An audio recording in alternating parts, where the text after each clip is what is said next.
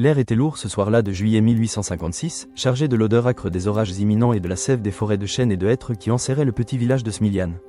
Des éclairs silencieux déchiraient les cieux lointains, illuminant par intermittence les cimes sombres des montagnes du Velby, comme si le monde lui-même se préparait à une manifestation électrique.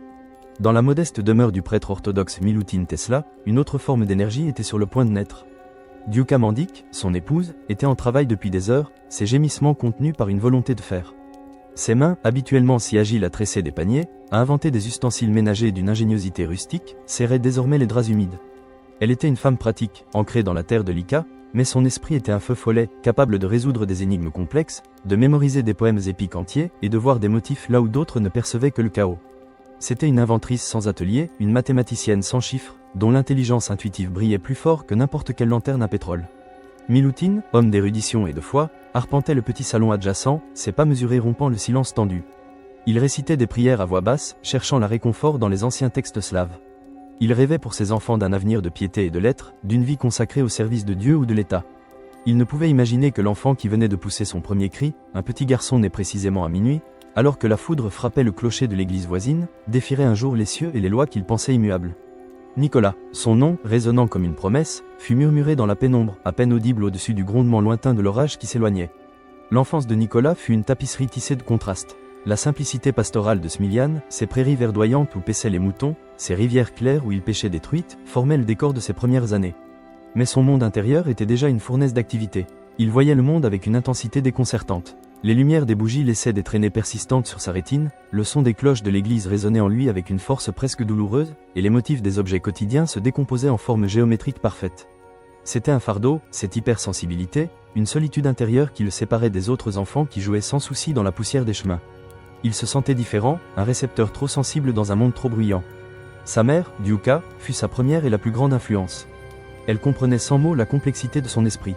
Elle le laissait observer, questionner, démonter et remonter les mécanismes simples de la maison. Elle lui racontait des histoires, des légendes serbes imprégnées de magie et de sagesse, mais aussi des anecdotes sur la manière dont elle avait résolu tel ou tel problème pratique, réparé une machine à tisser récalcitrante ou inventé un nouveau type de crochet pour le foyer. C'est d'elle qu'il hérita non seulement de son sens aigu de l'observation et de son incroyable mémoire eidétique, mais aussi de cette conviction que tout problème avait une solution élégante, pourvu qu'on y consacre suffisamment de réflexion. Le soir, à la lueur vacillante de la lampe à huile, il la regardait fabriquer ses petits outils, ses mains expertes se mouvant avec une précision presque chirurgicale, et il sentait naître en lui une fascination pour la mécanique, pour l'art de donner forme à une idée. Milutin, quant à lui enseignait la discipline de l'esprit, la rigueur de la logique et la beauté de la poésie. Sa bibliothèque, modeste mais riche en classiques, fut un havre pour le jeune Nicolas. Il y dévorait tout, des traités scientifiques rudimentaires aux épopées homériques, nourrissant son intellect insatiable. Son père, un orateur puissant, tentait d'inculquer à Nicolas la valeur de la parole et de la philosophie, voulant le voir suivre ses traces dans la prêtrise. Mais Nicolas, même enfant, sentait que sa vocation était ailleurs, dans le murmure de l'univers, dans les lois invisibles qui gouvernaient le monde. Il ne cherchait pas à interpréter la parole divine, mais à la décoder, à en comprendre la grammaire fondamentale. Un drame familial allait marquer un tournant indélébile dans son enfance. Son frère aîné, Dane, un garçon d'une intelligence et d'une force remarquables, mourut tragiquement dans un accident de cheval.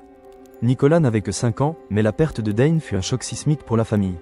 Il vit la douleur de ses parents, la disparition d'une lumière que l'on pensait éternelle. Cette tragédie, conjuguée à ses perceptions sensorielles intenses, amplifia son sentiment d'isolement. Il se sentait le remplaçant de Dane, et une pression inconsciente s'exerçait sur lui pour honorer la mémoire de son frère. C'est peut-être à ce moment-là que sa curiosité insatiable se mua en une quête plus profonde, une tentative de comprendre les forces cachées de l'existence, de manipuler les énergies qui semblaient si arbitraires et destructrices. Les années passèrent, et la réputation de Nicolas, le garçon aux calculs mentaux prodigieux et aux idées étranges, grandit dans le village. Il construisait des moulins à eau miniatures, des hélices qu'il faisait tourner avec la force du vent, des petits moteurs actionnés par des coléoptères. Chacune de ses créations était une étincelle, une manifestation de son génie naissant, une tentative de dompter les forces de la nature. La nature elle-même était son premier laboratoire, une source inépuisable d'inspiration et de questions. Il observait les éclairs, ces décharges électriques grandioses, et se demandait si l'homme pourrait un jour les maîtriser. L'eau des rivières, la puissance du vent, tout lui parlait d'énergie, de mouvement, de transformation. À l'aube de ses études supérieures, il quitta la sérénité de Smiljan pour les lumières plus vives de l'Europe centrale. En 1876, il intégra l'université technique de Graz, en Autriche. Le contraste était saisissant. Les bruits de la ville, les odeurs âcres des usines lointaines, l'agitation des rues pavées, tout cela était un assaut pour ses sens déjà surchargés. Pourtant, l'environnement académique était un festin pour son esprit. Les salles de cours résonnaient des théories de l'électricité et du magnétisme, des équations complexes qui commençaient à donner une forme mathématique aux forces invisibles qu'il avait intuitivement perçues enfant. Il plongea corps et âme dans ses études, dévorant les manuels avec une rapidité déconcertante, assistant à tous les cours, et souvent, corrigeant les erreurs de ses professeurs. Sa mémoire photographique était une légende parmi ses camarades et ses maîtres. Il pouvait réciter des livres entiers après une seule lecture, mais c'est dans le laboratoire, au milieu du bourdonnement des machines, que son génie s'épanouissait véritablement. Il y avait là une dynamo de Gramme, un appareil à courant continu qui convertissait l'énergie mécanique en énergie électrique. Un jour, en observant les étincelles jaillissant de ses balais et de son collecteur, une idée fulgurante le traversa. Pourquoi les balais et le collecteur sont-ils nécessaires ? Demanda-t-il à son professeur, le professeur Peuchel. Ne pourrait-on pas concevoir une machine qui n'en aurait pas, qui fonctionnerait par un champ magnétique tournant ? Le professeur, un homme respecté mais conventionnel, écarta l'idée d'un revers de main. Monsieur Tesla, c'est une machine à mouvement perpétuel. Impossible. Si vous pouviez le faire, vous changeriez le monde. Ces mots, loin de le décourager, le galvanisèrent. Le champ magnétique tournant. L'idée s'enracina en lui, germant dans son esprit comme une graine plantée dans un sol fertile. Il voyait déjà le moteur, sans balai, sans collecteur, fonctionnant avec un courant alternatif, silencieux, efficace, élégant. Il passa des jours et des nuits à dessiner des schémas, à remplir des carnets de calcul. L'enthousiasme était fiévreux, mais aussi épuisant. Son corps, frêle, avait du mal à suivre le rythme de son esprit. C'est à cette période que les ombres de ses faiblesses personnelles commencèrent à s'allonger. La pression académique, l'intensité de ses pensées, la solitude, le poussèrent vers des échappatoires. Il découvrit le jeu, un vice qui le fascinait par ses schémas, ses probabilités, mais qui le consumait aussi. Il perdait de l'argent, s'endettait, et ses crises nerveuses, ces moments où ses sens s'emballaient, où les lumières et les sons devenaient intolérables, s'intensifièrent. Il avait l'impression que son cerveau était un circuit surchargé, prêt à griller. Sa mère intervint, avec la douceur et la fermeté qui la caractérisaient, le ramenant du bord du gouffre. La honte le brûla, mais aussi la détermination de ne plus jamais succomber à cette faiblesse. En 1881, après des années intenses à Graz, il déménagea à Prague pour poursuivre ses études à l'université.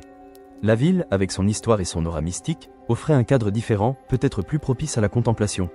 Il y affina ses théories, notamment sur le courant alternatif, mais les ressources pour construire ses prototypes lui faisaient cruellement défaut. Il était un précurseur, ses idées trop audacieuses pour les institutions conservatrices, trop coûteuses pour ses maigres moyens. Il sentait le poids de cette frustration, le sentiment d'avoir une vérité universelle à portée de main, mais de ne pas avoir les outils pour la matérialiser. Puis vint l'opportunité. En 1882, Nikola Tesla fut engagé par la compagnie Continental Edison à Paris. La ville lumière, déjà à la pointe de l'innovation électrique, l'accueillit avec son effervescence industrielle. L'odeur du charbon brûlé se mêlait à celle de l'huile des machines, le bourdonnement des dynamos remplissait l'air des ateliers. C'était un monde de fer et de feu, de cuivre et de vapeur, et Tesla, malgré son aversion pour le courant continu d'Edison, était ravi de pouvoir enfin mettre la main à la pâte. Sa tâche consistait à concevoir et à installer des dynamos et des moteurs, à résoudre les problèmes techniques complexes qui surgissaient dans les centrales électriques et les usines à travers l'Europe. Il excellait dans ce rôle. Sa capacité à diagnostiquer un problème et à trouver une solution ingénieuse était inégalée. Il travaillait sans relâche, souvent 20 heures par jour, sa seule récompense étant la satisfaction de voir une machine fonctionner parfaitement grâce à ses modifications. Ses collègues le respectaient, mais le considéraient aussi avec une certaine distance, intrigués par son intensité, sa concentration monacale. C'est à cette période qu'il rencontra Charles Batchelor, l'un des lieutenants les plus fidèles de Thomas Edison. Batchelor, un homme pragmatique et observateur, fut frappé par le génie de Tesla. Il le vit réparer des machines que personne d'autre ne parvenait à remettre en marche, améliorant leur efficacité de manière spectaculaire. Un soir, après que Tesla eut résolu une panne majeure dans une centrale en Alsace, Batchelor, impressionné, lui proposa une nouvelle opportunité. Tesla, dit Batchelor, sa voix grave résonnant dans le vacarme atténué de l'atelier, vous êtes trop brillant pour rester ici. Edison a besoin de gens comme vous à New York. L'Amérique est la terre des opportunités. Venez avec moi, je vous présenterai à l'homme lui-même. Le cœur de Tesla battit la chamade. L'Amérique. Le nom évoquait l'aventure, la promesse d'une reconnaissance professionnelle, la possibilité de réaliser enfin ses visions. Il savait qu'Edison était le roi du courant continu, mais il espérait pouvoir le convaincre des mérites de son courant alternatif. L'impatience de réaliser ses rêves le rongeait. Il accepta. En juin 1884, Nikola Tesla débarqua à New York, avec seulement 400 dans sa poche, quelques poèmes et schémas dans ses bagages, et une lettre de recommandation de Charles Batchelor. La lettre, adressée à Thomas Edison, disait simplement « Je connais deux grands hommes, et vous en êtes un. L'autre est ce jeune homme. » Le choc culturel fut brutal. New York était une mégalopole en pleine croissance, un tourbillon d'énergie, de bruit et d'ambition débridée. Les rues étaient remplies de calèches, de piétons pressés, et l'air était imprégné de l'odeur du charbon, de la sueur et de l'argent. Les usines crachaient leur fumée noire dans le ciel, symbole d'une ingéniosité sans scrupules. C'était un monde aux antipodes de la Serbie rurale de son enfance, et même de l'élégance industrielle de Paris. Il fut immédiatement affecté au laboratoire d'Edison, un lieu d'effervescence créative et de chaos organisé. Thomas Edison, l'inventeur adulé de l'ampoule, était une figure imposante, un homme pratique, terre à terre, dont la méthode de travail reposait sur l'expérimentation acharnée et l'amélioration progressive. Il était l'antithèse de Tesla, le théoricien visionnaire. Tesla se jeta dans le travail avec son ardeur habituelle. On lui confia la tâche d'améliorer les dynamos à courant continu d'Edison, des machines complexes et souvent inefficaces. Il travaillait jour et nuit, ses jours se transformant en semaines, ses semaines en mois. Il réussit à améliorer significativement les machines, les rendant plus stables et plus économiques. Un soir, Edison, voyant le travail acharné et les résultats impressionnants de Tesla, lui fit une proposition qui allait changer le cours de leur relation. Tesla, dit-il, avec un sourire en coin, si vous pouvez refaire toutes mes machines, je vous donnerai 50 000 $. À l'époque, c'était une somme colossale, l'équivalent de plusieurs millions de dollars aujourd'hui.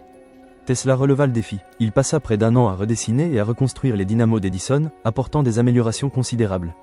Il était convaincu d'avoir accompli l'impossible, d'avoir mérité sa récompense. Mais quand il réclama son dû, Edison, avec un rire qu'il qualifiera plus tard de « moqueur », lui répondit « Tesla, vous ne comprenez pas l'humour américain ».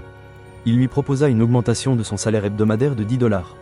La déception fut profonde, amère, une brûlure au fond de l'âme. Tesla avait le sentiment d'avoir été trahi, non seulement financièrement, mais aussi intellectuellement.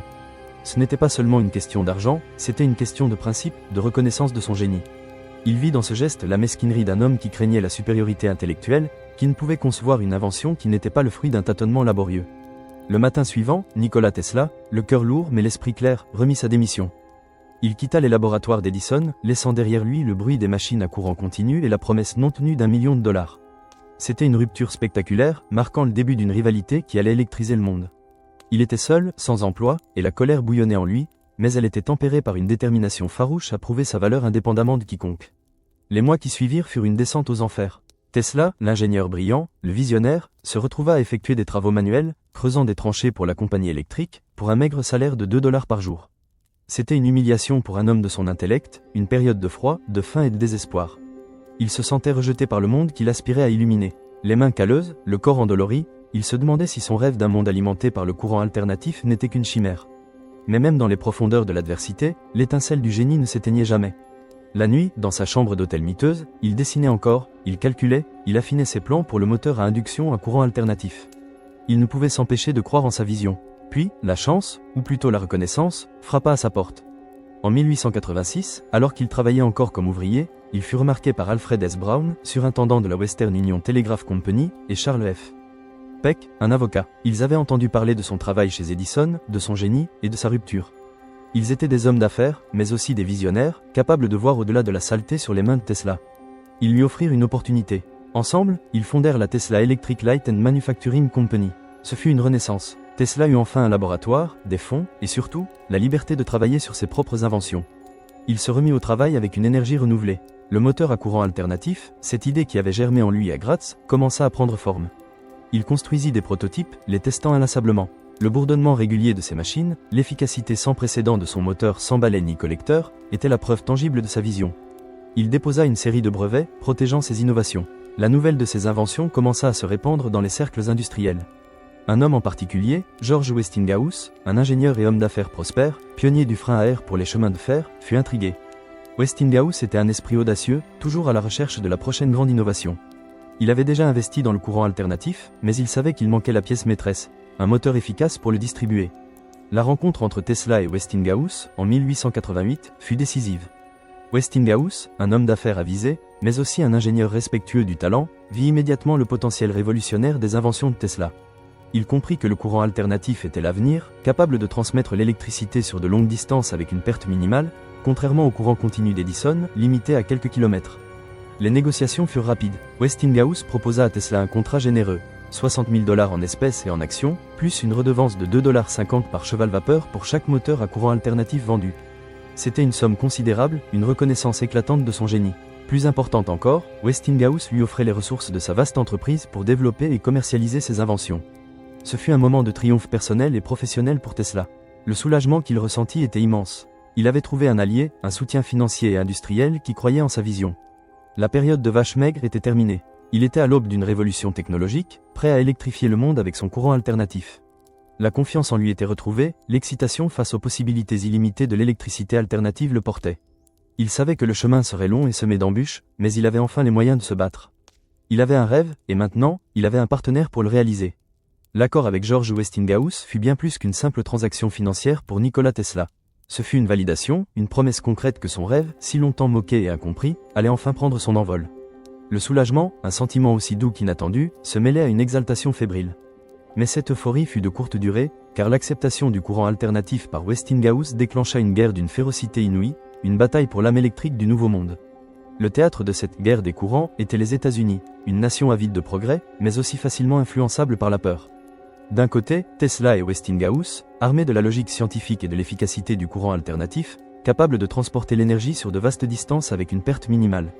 De l'autre, Thomas Edison, le magicien de Menlo Park, dont la fortune et la réputation étaient inextricablement liées au courant continu, un système efficace pour les courtes distances, mais qui nécessitait des centrales électriques tous les quelques kilomètres. Edison, pragmatique et homme d'affaires avant tout, ne recula devant aucune tactique pour discréditer son rival. La tension devint palpable, lourde comme un orage d'été avant qu'il n'éclate. Les journaux, avides de sensations fortes, étaient le champ de bataille principal. Edison lança une campagne de désinformation féroce, peignant le courant alternatif comme une force maléfique, intrinsèquement dangereuse, capable de tuer sans prévenir. Ses ingénieurs, sous ses ordres, menaient des démonstrations publiques macabres. Dans des villes à travers le pays, des animaux chiens errants, chats, même un éléphant de cirque nommé Topsy était électrocuté en public par du courant alternatif, sous les yeux horrifiés des foules. Le crépitement sinistre des décharges, l'odeur âcre de la chair brûlée, les cris des bêtes agonisantes résonnaient dans l'air, gravant dans l'esprit du public l'image d'une mort violente et insidieuse associée au nom de Tesla et de Westinghouse. Nicolas, dans son laboratoire, recevait les nouvelles de ces atrocités avec une frustration grandissante, une fureur froide qui bouillonnait sous sa façade habituellement sereine. Ses mains s'agrippaient aux paillasses, ses phalanges blanchies. Comment un homme aussi brillant qu'Edison pouvait-il se rabaisser à de telles méthodes, à une telle barbarie ? Pour lui, la science était une quête de vérité, un chemin vers l'amélioration de l'humanité, pas un instrument de peur et de propagande.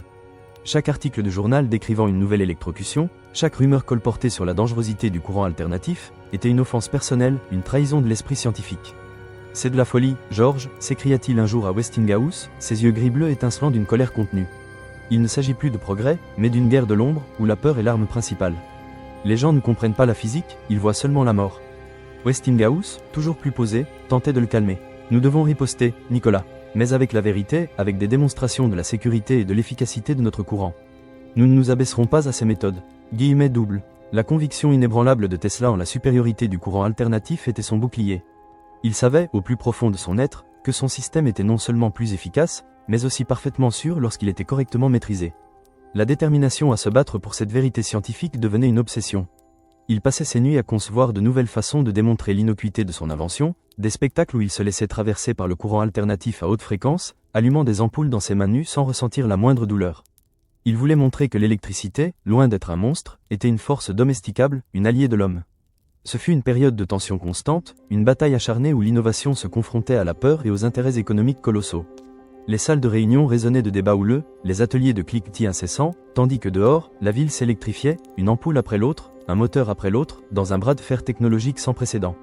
Tesla se sentait comme un chevalier solitaire, brandissant l'épée de la science contre les dragons de l'ignorance et de la cupidité. Il était frustré par la malhonnêteté d'Edison, mais sa détermination à voir le courant alternatif triompher était inébranlable. Il savait que l'avenir, le véritable avenir, était électrique, et qu'il était le prophète de cette nouvelle ère. Les années qui suivirent, de 1891 à 1893, furent une période de révélation et de reconnaissance pour Tesla. Tandis que la guerre des courants faisait rage, il se lança dans une tournée de conférences et de démonstrations à travers les États-Unis et l'Europe, transformant les salles obscures en théâtres futuristes. Il ne se contentait pas de parler de ses inventions, il les faisait vivre, les rendant tangibles, presque magiques, pour un public souvent sceptique mais toujours fasciné. Sa bobine Tesla, un transformateur résonnant capable de produire des tensions extrêmement élevées à haute fréquence, devint la star de ses spectacles. Devant des auditoires ébahis, il se tenait au milieu de la scène, des éclairs violets jaillissant de ses mains, des tubes fluorescents s'allumant spontanément à distance, sans aucun fil apparent. L'air crépitait d'ozone, l'odeur métallique de l'électricité emplissait les narines, et le vrombissement des étincelles était une musique étrange et puissante. Il allumait des lampes sans fil, faisait passer de l'électricité à travers son propre corps pour montrer son innocuité, et démontrait le moteur à induction qui, silencieux et efficace, promettait de révolutionner l'industrie. Le public était stupéfait, passant de la peur à l'émerveillement. C'était un spectacle futuriste, une vision d'un monde où l'énergie serait omniprésente, invisible et au service de tous. Les salons scientifiques et les grandes salles de conférences se transformaient en arènes où la magie de l'électricité était révélée dans toute sa splendeur. Les journaux, même ceux qui avaient été hostiles, ne pouvaient s'empêcher de rapporter la stupéfaction générale. Un homme qui danse avec la foudre, titrait l'un d'eux. Le magicien de l'électricité, proclamait un autre. Tesla rencontra des scientifiques de renom, des personnalités influentes, des rois et des reines. Il fut reçu à Londres par la Royal Society, où il présenta ses travaux devant un parterre d'éminents physiciens et ingénieurs. Il fut invité à Paris, où il retrouva des collègues de la compagnie Edison, qui le regardaient désormais avec un mélange d'admiration et de regret. Il parla avec Lord Kelvin, le géant de la physique, qui, initialement sceptique, fut finalement conquis par la puissance de ses démonstrations. L'Amérique, l'Angleterre, la France, la Serbie elle-même, commençaient à reconnaître son génie. Au-delà de la reconnaissance publique, c'était la fierté qui l'habitait. La fierté de voir ses visions prendre forme, de prouver au monde entier que le courant alternatif n'était pas un danger, mais une bénédiction. Il y avait une joie profonde à partager ses découvertes, à inspirer l'imagination des gens. Pourtant, au milieu de cet accomplissement, une certaine impatience persistait. Il avait l'impression que le monde était encore lent à adopter pleinement ses idées, à embrasser la révolution qu'il proposait. Il voyait déjà des applications bien au-delà de l'éclairage et des moteurs, des visions de communication sans fil, de transmission d'énergie à distance, et il brûlait d'envie de les concrétiser. Il était en avance, toujours en avance, et le monde peinait à le rattraper. L'apogée de cette période de reconnaissance survint en 1893, lors de l'exposition universelle de Chicago, surnommée la Ville Blanche. Ce fut un événement monumental, une vitrine du progrès et de l'ingéniosité humaine, et le contrat pour l'éclairer était un enjeu majeur dans la guerre des courants. Edison et General Electric, avec le courant continu, proposaient un prix exorbitant. Westinghouse, soutenu par la technologie de Tesla, soumit une offre bien plus compétitive et, à la surprise générale, remporta le contrat. Ce fut une victoire éclatante, non seulement pour Westinghouse, mais surtout pour Tesla. La Ville Blanche allait être illuminée par son courant alternatif. À l'approche de l'ouverture, l'atmosphère à Chicago était chargée d'une effervescence électrique. Des millions d'ampoules, alimentées par les dynamos de Westinghouse et les systèmes de Tesla, attendaient d'être allumées. Lorsque la nuit tomba le premier jour de l'exposition, et que le président Grover Cleveland actionna l'interrupteur principal, un murmure parcourut la foule, suivi d'un silence stupéfait, puis d'une clameur retentissante. Des millions de lumières s'allumèrent simultanément, transformant la nuit en un jour artificiel d'une splendeur inimaginable. Les bâtiments néoclassiques, d'un blanc immaculé, scintillaient sous les faisceaux lumineux, leurs colonnes et leurs dômes se découpant avec une clarté irréelle sur le ciel sombre. Les fontaines jaillissaient, leurs eaux éclairées de mille feux, créant des arcs-en-ciel éphémères. Ce n'était pas seulement une ville, c'était une vision, un rêve devenu réalité, une aube nouvelle pour l'ère électrique. L'odeur de l'herbe fraîchement coupée se mêlait à celle, plus subtile, de l'ozone généré par l'électricité, créant une atmosphère enivrante. Tesla, debout aux côtés de Westinghouse, observa la scène avec une exaltation indescriptible. Ses yeux s'attardèrent sur les visages émerveillés de la foule, sur les enfants qui pointaient du doigt le ciel, sur les couples qui se tenaient la main, enveloppés dans cette lumière nouvelle. C'était un triomphe, personnel et professionnel, une validation de toutes ces années de travail acharné, de toutes les nuits blanches, de toutes les moqueries. Le courant alternatif avait gagné. La supériorité de son système était incontestable, démontrée à l'échelle la plus grandiose imaginable. Il sentit une profonde satisfaction, un sentiment de justice rendue. Les campagnes de dénigrement d'Edison semblaient soudain lointaines et insignifiantes face à cette splendeur lumineuse. La Ville Blanche était son chef-d'œuvre, une preuve vivante que l'électricité pouvait être belle, sûre et transformatrice. Ce moment marqua non seulement une victoire technologique, mais aussi un changement dans la perception publique de l'électricité. Elle n'était plus une force dangereuse, mais une alliée lumineuse, capable d'éclairer le monde et d'annoncer une ère de progrès sans précédent. Le succès de l'exposition universelle de Chicago ouvrit la voie à un projet encore plus ambitieux et symbolique, la domestication des chutes du Niagara. De 1894 à 1895, le monde observa avec attention la bataille pour le contrat d'exploitation de cette force naturelle colossale. L'idée de puiser dans la puissance hydroélectrique des chutes pour alimenter les villes environnantes, et même New York, était un rêve d'ingénieur depuis des décennies. Mais la question cruciale restait, quelle technologie serait utilisée ? La commission du Niagara avait consulté les plus grands esprits de l'époque, y compris Lord Kelvin, qui avait initialement douté de la viabilité du courant alternatif. Mais après avoir vu les démonstrations de Tesla et le succès de Chicago, son opinion avait changé. Le courant alternatif était la seule solution pratique pour transporter l'énorme quantité d'énergie générée par les chutes sur de longues distances. Westinghouse, fort de ses brevets Tesla, remporta le contrat. Ce fut un tournant majeur pour l'électrification mondiale, un monument à l'ingéniosité humaine. Tesla se rendit aux chutes du Niagara, non pas pour concevoir les turbines et les générateurs, tâche dévolue aux ingénieurs de Westinghouse comme Benjamin Gélam, mais pour superviser les aspects théoriques et s'assurer que le système de courant alternatif serait mis en œuvre de manière optimale. Il se tenait au bord des falaises, le rugissement assourdissant de l'eau emplissant ses oreilles, le brouillard humide caressant son visage. Il observait la puissance brute de la nature, des millions de litres d'eau se précipitant dans le vide chaque seconde, et il ressentait une satisfaction profonde. C'était la concrétisation de sa vision la plus chère, dompter les forces naturelles pour le bien de l'humanité. Le projet des chutes du Niagara n'était pas seulement une prouesse technique, c'était une déclaration, la preuve irréfutable que le courant alternatif était l'avenir, le moyen par lequel le monde entier serait alimenté. L'ingénierie était colossale, les turbines géantes, les câbles épais, les transformateurs massifs, tout parlait d'une vision industrielle concrétisée. L'odeur de l'eau vive, la vibration du sol sous ses pieds, le vent incessant, tout cela lui rappelait la puissance qu'il aidait à canaliser. Pendant cette période de progrès monumental, Tesla ne se reposa pas sur ses lauriers. Son esprit, toujours en quête, explorait déjà de nouvelles frontières. Dans son laboratoire, il travaillait sur des concepts révolutionnaires qui allaient bien au-delà de l'éclairage et de la force motrice. Il s'intéressait à la transmission sans fil d'informations, les prémices de ce que l'on appellerait la radio. Il voyait des signaux voyager à travers l'éther, portant des voix et des messages à travers les continents. Il expérimentait également avec des tubes à vide et des décharges électriques, produisant des images étranges sur des plaques photographiques, des ombres d'objets cachés. Il était, sans le savoir, sur la piste des rayons X, découvert peu après par Wilhelm Röntgen. Cette période fut marquée par une sérénité relative pour Tesla. Il avait le sentiment d'avoir changé le monde, d'avoir apporté une contribution inestimable à l'humanité. L'excitation pour ces nouvelles pistes de recherche, la radio et les rayons X, était une flamme qui le maintenait en mouvement. Il savait qu'il était sur le point de faire de nouvelles découvertes, d'ouvrir de nouvelles portes sur l'inconnu. Puis, la tragédie frappa, brutale et dévastatrice. Dans les premières heures du 13 mars 1895, un incendie se déclara dans l'immeuble du 35 South Fifth Avenue à New York, où se trouvait le laboratoire de Tesla. Le feu se propagea rapidement, consumant tout sur son passage. Lorsque Tesla arriva sur les lieux, la rue était envahie par la fumée âcre et l'odeur du bois brûlé. Les flammes léchaient les fenêtres, dévorant des années de travail acharné, de prototypes uniques, de notes précieuses, de schémas révolutionnaires. Il resta là, impuissant, regardant son monde s'effondrer en cendres. Le désespoir initial fut immense, un poids écrasant sur son cœur. C'était bien plus qu'une perte matérielle, c'était la destruction de ses rêves, la perte de preuves tangibles de ses idées les plus avancées. Les prototypes de ses émetteurs radio, de ses appareils pour les rayons X, de ses machines volantes, tout cela était parti, réduit en poussière. Le chagrin était immense, un vide béant dans son âme. Il avait l'impression d'avoir été frappé par la foudre, la même force qu'il avait cherché à maîtriser. Le crépitement des flammes était une moquerie, le sifflement de la destruction. Pourtant, au milieu de cette désolation, un autre drame se jouait en coulisses. La compagnie Westinghouse Electric, bien que victorieuse dans la guerre des courants, était au bord de la faillite. Le coût énorme de la bataille contre Edison, les investissements massifs dans la construction des infrastructures à courant alternatif, et la complexité de gérer une entreprise en pleine expansion avaient mis l'entreprise à genoux. Les banquiers menaçaient de retirer leur soutien, exigeant des mesures drastiques. George Westinghouse, un homme d'une intégrité rare, se tourna vers Tesla. Le contrat de redevance, 2,50 $ par cheval-vapeur pour chaque moteur à courant alternatif, bien que juste, était devenu un fardeau insupportable pour l'entreprise. Si Westinghouse devait continuer à payer ses redevances, il ferait faillite, et avec lui, la révolution du courant alternatif s'arrêterait net. La conversation eut lieu dans un bureau feutré, loin du bruit et de la fumée du laboratoire en ruine. Westinghouse, le visage marqué par l'épuisement, expliqua la situation à Tesla.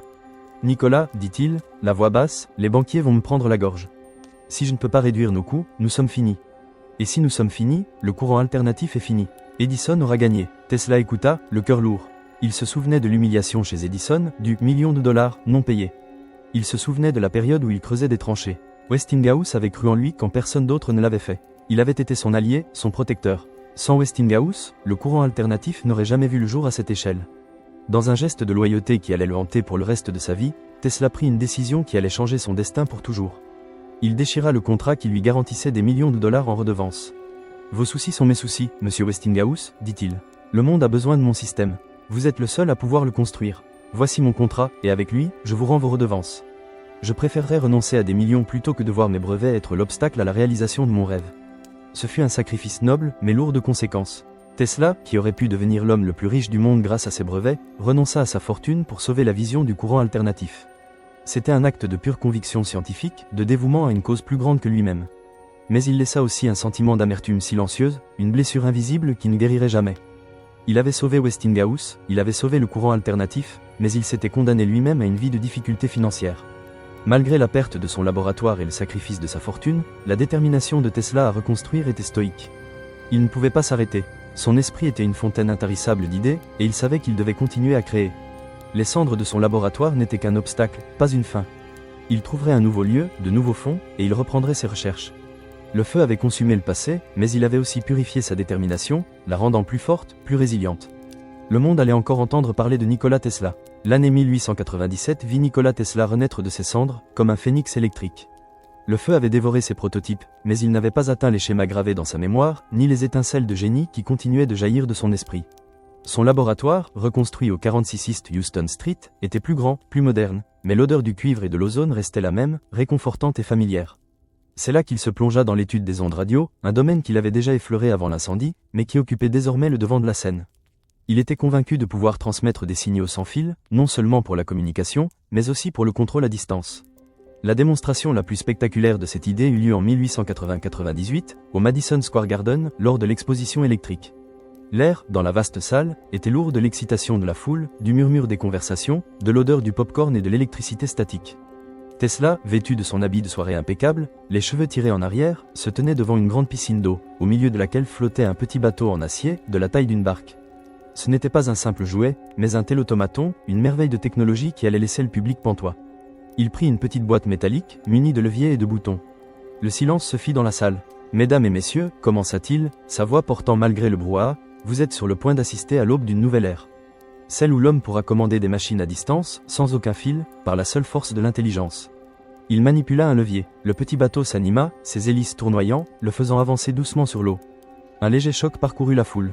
Puis, il le fit tourner à droite, puis à gauche, s'arrêter, allumer ses petites lumières. Les spectateurs étaient sidérés, des murmures de « magie » et de « sorcellerie » circulèrent. Certains pensaient qu'il y avait un petit homme caché à l'intérieur, d'autres qu'il s'agissait d'un singe dressé. L'incompréhension était palpable, mais l'étonnement l'était tout autant. Tesla observait leur réaction, un léger sourire aux lèvres. Il était à la fois exalté par la réussite de sa démonstration et frustré par l'incapacité du public à saisir la portée véritable de son invention. Il ne s'agissait pas d'un simple tour de magie, mais du principe même de la robotique, de la communication sans fil, de la guerre moderne et de l'exploration future.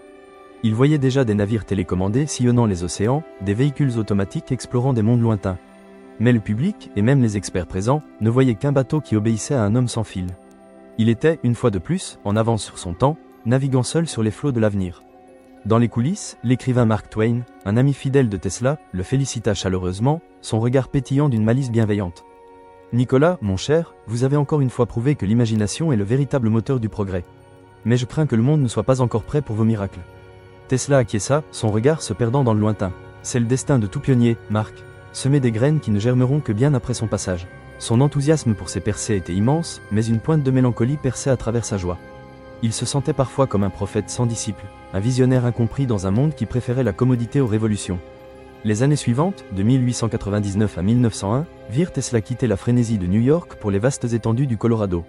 Colorado Springs, avec ses cieux immenses et ses orages fréquents, devint son nouveau laboratoire, un laboratoire à ciel ouvert. L'air y était pur, la nature sauvage, et l'isolement relatif lui permettait de se concentrer sur des expériences d'une ampleur sans précédent. Il y construisit une tour d'acier de 60 mètres de haut, surmontée d'une grande sphère de cuivre, un instrument pour capter et transmettre l'énergie atmosphérique. C'était une quête quasi mystique de l'énergie universelle, une tentative de puiser directement dans le vaste réservoir d'électricité de la Terre et de l'atmosphère. Il rêvait de transmettre de l'énergie sans fil à l'échelle mondiale, de créer un réseau électrique global qui illuminerait le plus petit village et alimenterait le plus grand des continents. Il voulait offrir à l'humanité une énergie propre, inépuisable et gratuite. Les nuits à Colorado Springs étaient spectaculaires. Depuis son laboratoire, le transformateur géant de sa tour crépitait, envoyant des éclairs artificiels de plusieurs dizaines de mètres de long dans le ciel nocturne. Le tonnerre artificiel résonnait dans les montagnes, faisant vibrer les fenêtres des maisons à des kilomètres à la ronde. Le laboratoire lui-même était un spectacle, avec ses bobines géantes, ses fils étincelants et l'odeur caractéristique de l'ozone. Les aiguilles des boussoles s'affolaient, les oiseaux s'évanouissaient en vol à l'approche de la tour, et l'herbe autour du laboratoire brillait d'une lueur étrange. Tesla, au milieu de ce chaos électrique contrôlé, était dans son élément. Son visage, éclairé par les décharges violettes, exprimait une exaltation intellectuelle profonde.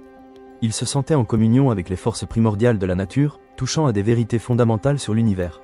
Il était le chef d'orchestre d'une symphonie électrique cosmique. La confiance absolue en ses théories le portait, le poussant toujours plus loin.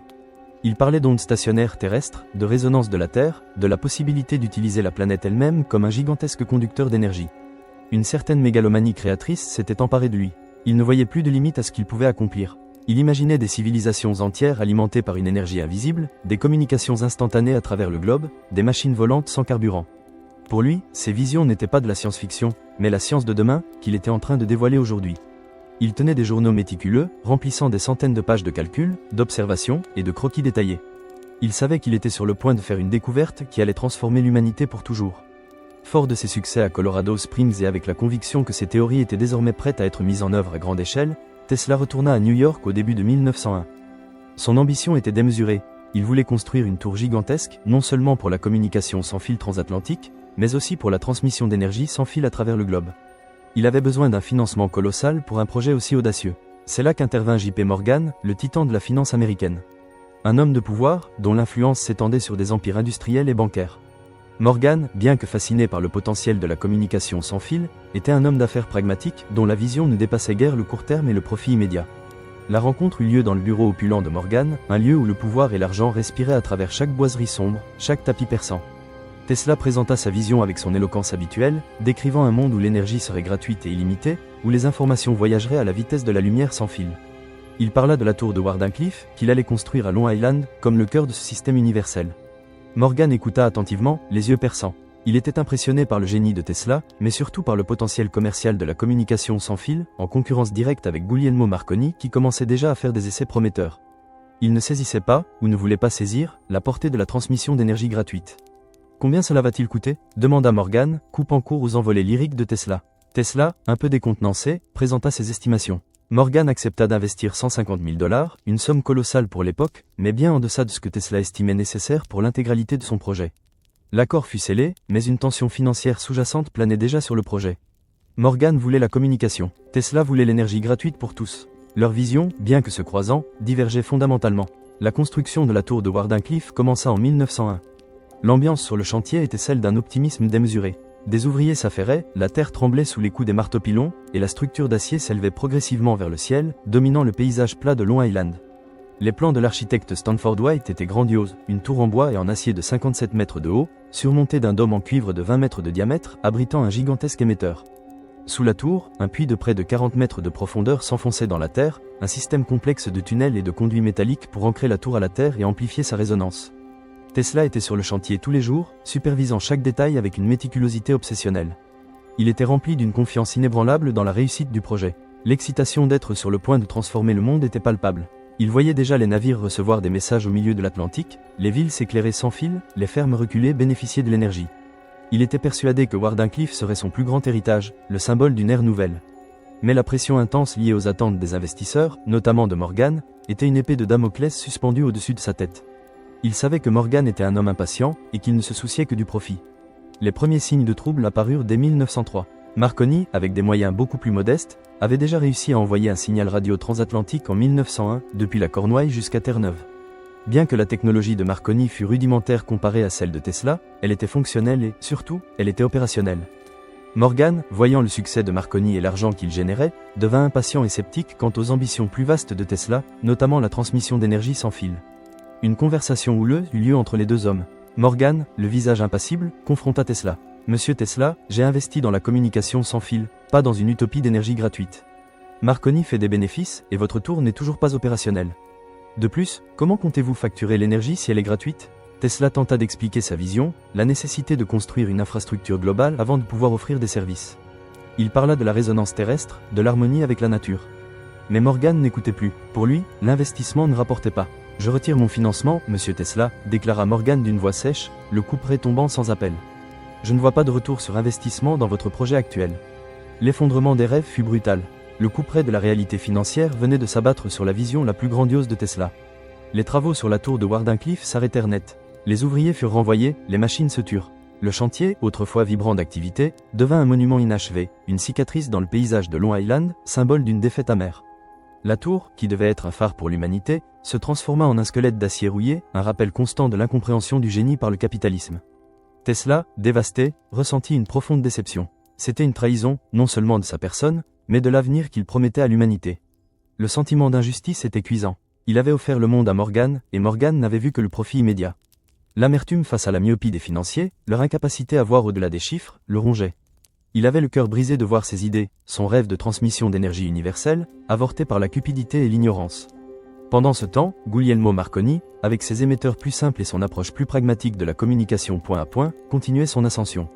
Il recevait les éloges et les financements que Tesla avait tant espérés. La frustration de Tesla était immense. Il savait que Marconi utilisait plusieurs de ses brevets, mais la bataille juridique serait longue, coûteuse et épuisante. Il se sentait seul, isolé, son génie incompris par un monde qui préférait la petite innovation rentable à la grande révolution coûteuse. La solitude était une compagne constante, et l'ombre de Wardenclyffe planait sur son esprit. Les années qui suivirent, de 1905 à 1907, furent marquées par un isolement croissant pour Nikola Tesla.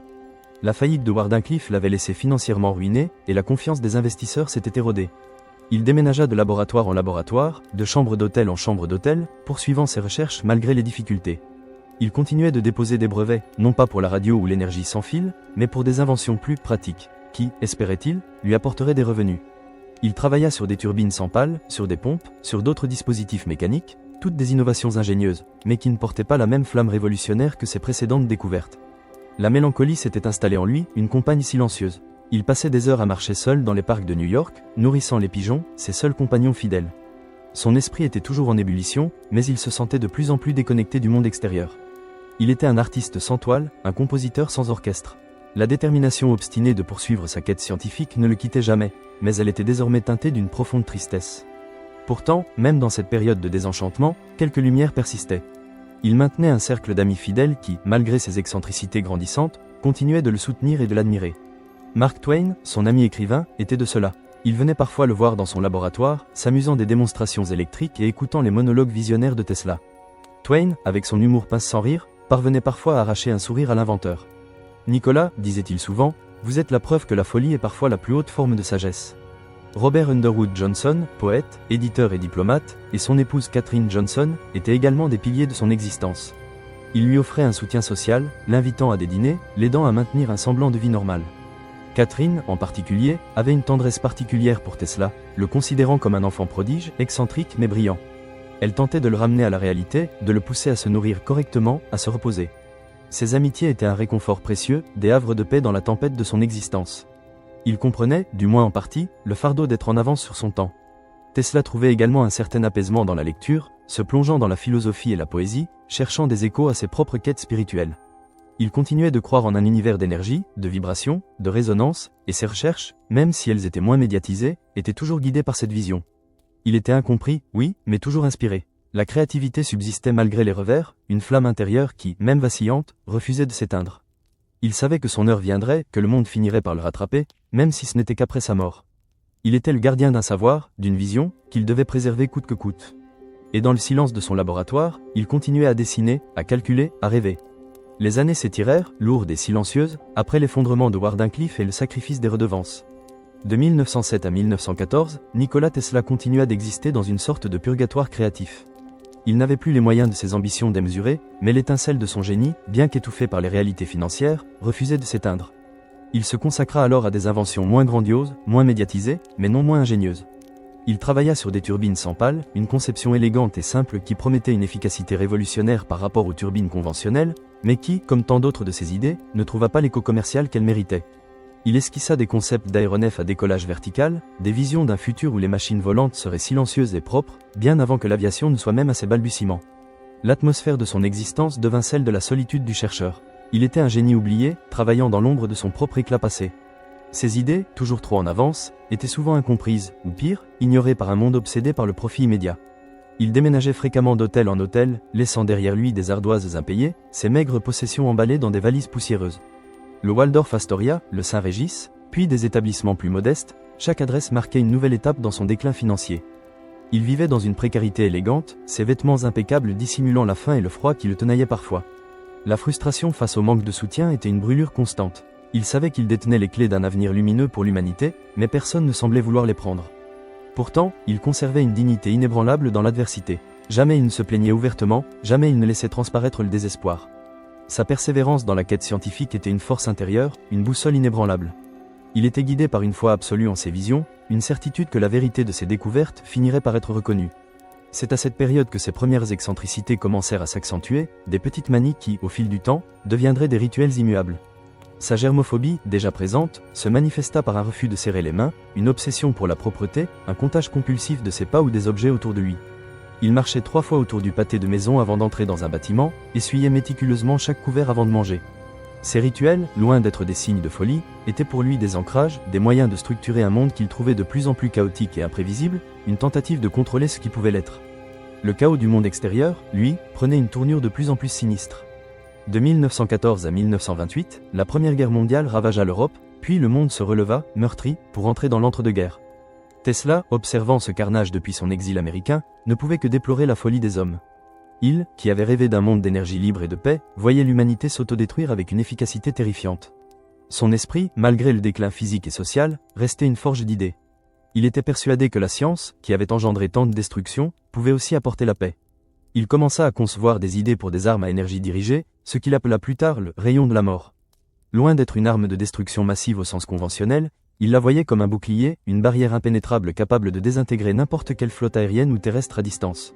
Son concept était que si une arme était si puissante qu'elle rendait toute agression futile, la guerre elle-même deviendrait impossible. Pourquoi se battre, argumentait-il, si toute offensive est vouée à l'échec instantané? Il proposa ses plans au gouvernement américain et britannique, avec l'espoir sincère de mettre fin à la guerre, ou du moins de la rendre obsolète. Mais ces propositions furent ignorées, jugées trop fantaisistes, trop coûteuses, ou simplement incomprises. L'amertume face à cette ignorance était profonde. Il voyait l'humanité rejeter la solution qu'il lui offrait, préférant la barbarie et la destruction. Cette solitude profonde, ce sentiment d'être un Cassandre moderne, s'accentua. Une paranoïa croissante commença à l'envahir. Il était convaincu que ses inventions étaient volées, que des espions étaient à ses trousses, que des forces obscures conspiraient pour l'empêcher de réaliser ses visions. Cette paranoïa, bien que parfois exagérée, n'était pas entièrement infondée étant donné son passé avec Edison et Marconi, et les manipulations dont il avait été victime. Sa santé se dégradait, il était de plus en plus frêle, ses traits s'aiguisaient, ses yeux gardaient une lueur intense mais de plus en plus lointaine. Ses repas étaient rares et frugaux, souvent composés de lait et de miel, qu'il considérait comme des élixirs de vie. Il passait ses journées à travailler sur ses croquis, à remplir ses carnets de notes, à rêver de nouvelles façons de maîtriser l'énergie. Il y avait toujours en lui une étincelle de génie, un espoir indéfectible de contribuer, de laisser sa marque, même si le monde semblait avoir oublié son nom. Il était un vieil homme, mais son esprit restait jeune, vif, insatiable. Le contraste entre le chaos du monde en guerre et l'ordre méticuleux de son esprit inventif était saisissant. Il cherchait la beauté mathématique et la logique parfaite dans un monde qui semblait n'en avoir aucune. Puis, de 1928 à 1939, les excentricités de Tesla s'accentuèrent, devenant des traits distinctifs de sa personnalité publique. Elles se mêlaient à la mélancolie d'un génie isolé, créant une figure à la fois touchante et énigmatique. Sa fascination pour les pigeons devint légendaire. Chaque matin, il se rendait au parc, ou ouvrait la fenêtre de sa chambre d'hôtel, pour nourrir ses amis à plumes. Il connaissait chacun d'eux par leur nom, certains, disait-il, venaient le voir spécifiquement, communiquant avec lui par des mouvements d'ailes et des roucoulements. L'un d'eux, une colombe blanche aux yeux brillants, était son préféré, son confident silencieux. Il la soignait avec une dévotion quasi religieuse, allant jusqu'à dépenser des sommes folles pour ses soins vétérinaires, la ramenant même dans sa chambre d'hôtel pour la guérir après une blessure. Ce refus des contacts humains, cette préférence pour la compagnie des oiseaux, était un refuge. Dans leur simplicité, leur fidélité, il trouvait une pureté qu'il ne voyait plus chez ses semblables. Chaque année, pour son anniversaire, le 10 juillet, Tesla organisait une conférence de presse dans le grand salon de l'hôtel où il résidait. Les journalistes venaient, à la fois par curiosité et par cynisme, pour entendre les annonces grandioses du vieil inventeur. Il y parlait de ses nouvelles inventions, du « rayon de la mort », de la transmission d'énergie sans fil, de navires insubmersibles, de machines capables de percer le sol et de voyager sous terre. Ses yeux brillaient d'une intensité fiévreuse, sa voix était claire et posée, mais il ne présentait jamais de preuves tangibles, seulement des descriptions détaillées et des promesses d'un avenir fantastique.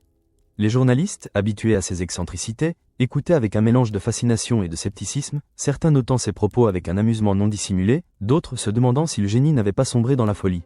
L'ambiance était empreinte d'une poésie de la solitude urbaine, où la grandeur passée de l'inventeur côtoyait la fragilité présente de l'homme.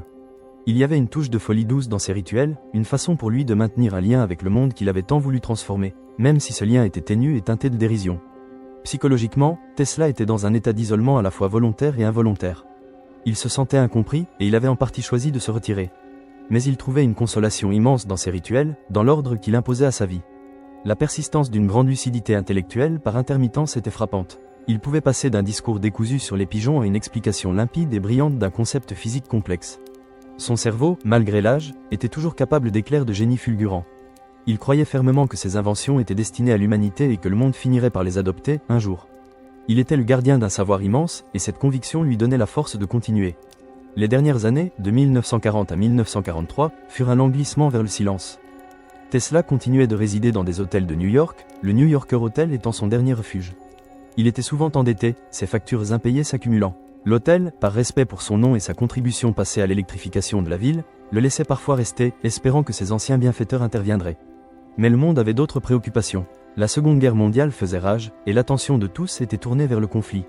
Malgré son âge avancé, ses faiblesses physiques et sa solitude, Tesla continuait de rêver de nouvelles inventions. Ses carnets étaient toujours remplis de croquis et de notes, de calculs complexes pour des machines qu'il ne construirait jamais. Il parlait encore de son « rayon de la mort », de l'énergie libre, de la communication interplanétaire. Son esprit restait une forteresse d'idées, même si son corps était une ruine.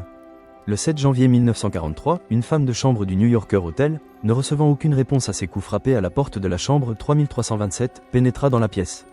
Elle trouva Nikola Tesla étendu sur son lit, les mains croisées sur sa poitrine, un léger sourire sur les lèvres.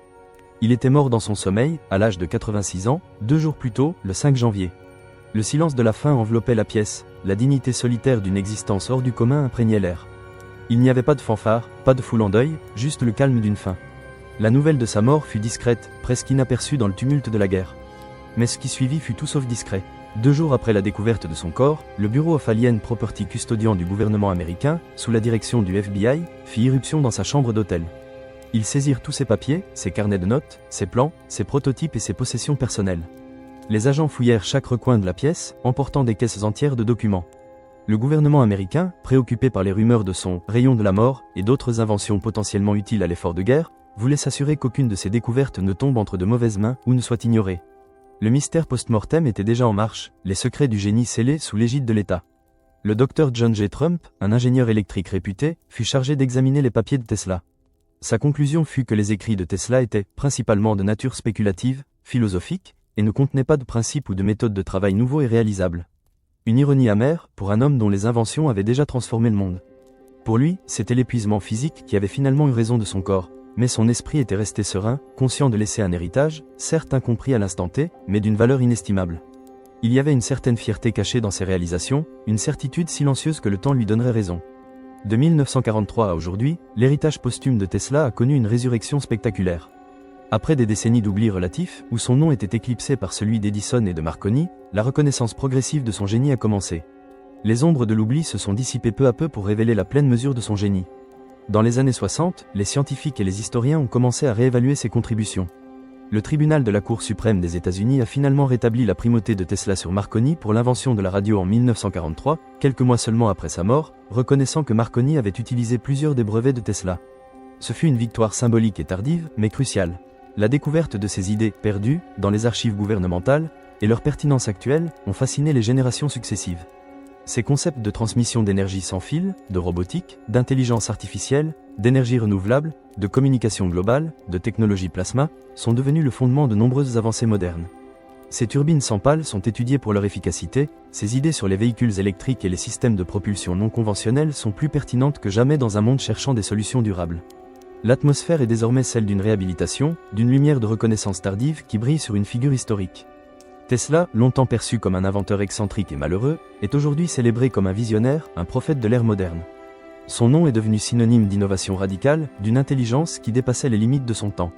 Des entreprises portent son nom, des films et des documentaires racontent son histoire, des jeux vidéo s'inspirent de ses inventions. Il est devenu une icône de la science, un symbole du génie incompris. Rétrospectivement, on peut ressentir le regret des opportunités manquées, des inventions qui n'ont jamais vu le jour à cause du manque de financement ou de la myopie de son époque. Mais l'admiration pour sa vision, pour l'étendue de son savoir et la pureté de son intention, est immense. La fascination pour sa vie, pour le mystère qui entoure certaines de ses idées les plus audacieuses, continue d'inspirer les générations futures de scientifiques, d'ingénieurs et d'artistes. Nikola Tesla, le génie qui aurait découvert plus que ce qu'on raconte, n'est plus un fantôme du passé. Il est une présence vivante, un rappel constant que la science, lorsqu'elle est guidée par une vision altruiste et une curiosité insatiable, peut véritablement transformer le monde. Son histoire est celle d'un homme qui a osé rêver grand, qui a vu l'avenir avant tout le monde, et qui, malgré les revers et l'oubli, continue d'illuminer notre chemin. Et peut-être, quelque part dans les échos de l'éther, ces ondes continuent-elles de voyager, porteuses d'un message que nous commençons tout juste à déchiffrer.